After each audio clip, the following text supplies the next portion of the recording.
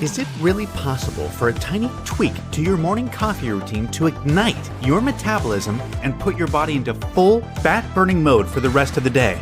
Check out the link in the video description now and transform your morning coffee into a metabolism-boosting super drink. The U.S. is gearing up to evacuate American civilians from inside Lebanon for fear of an all-out war with Israel across its southern border. American amphibious warship USS Wasp and a unit of Marines moved out to the Mediterranean Sea on Wednesday, defense officials revealed. Their forces will join USS Oak Hill, already docked in the Middle Eastern waters, alongside a third ship which is ready and waiting for action. 3 U.S. defense officials and a former American official told NBC the Wasp has been sent out to the eastern Mediterranean to prepare for a military-assisted departure. The Marines are trained in helping people flee turbulent environments, and the Wasp can even deploy long-range F-35 stealth fighter jets if need be. Alongside the Marine Expeditionary Unit, the U.S. presence out there is designed to act as a deterrent against escalating tensions in the region. Violent tit-for-tat attacks across the border between Israel and Lebanon have rocketed in recent weeks.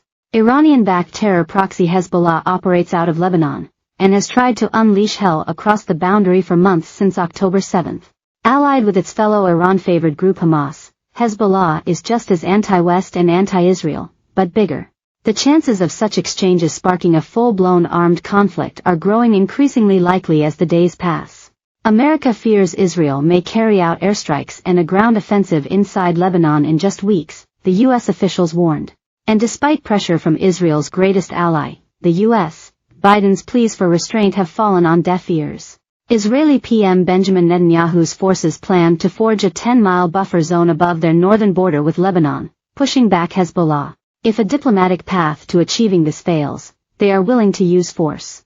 An Israeli official said the goal is to put an end to violent skirmishes across the border which have displaced tens of thousands of Israelis for fear of their safety.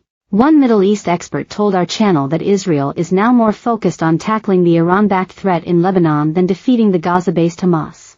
Speaking to our channel from Jerusalem, Professor Kaufman said, "We may be facing a situation where Hezbollah units could try and cross the border in order to take some territory from Israel, just as Israeli forces might do in Lebanon." He told us their elite force has been training for that possible scenario for years. Hezbollah is thought to have 30,000 to 50,000 fighters and between 120,000 and 200,000 missiles, rockets, attack and reconnaissance drones. They are thought to be the world's biggest and most powerful non-state military force. Only days ago Hezbollah chief Hassan Nasrallah threatened a war with no restraint and no rules and no ceilings if Israel were to launch an offensive. In a disturbing warning he said Israel should be scared and told the world they had new weapons ready to go. It came less than a week after Talib Abdullah was killed in an Israeli strike, the most senior Hezbollah commander to be taken out since October. Israeli officials say they are prepared to go to war with Hezbollah, but the country is already embroiled in a conflict where tens of thousands of people have died. Netanyahu's foreign minister, Israel Katz, has promised that an explicit decision on all-out war with the group is coming soon. Without a ceasefire in Gaza, tensions between the two are unlikely to dissipate. The war in Gaza has been raging for more than 8 months.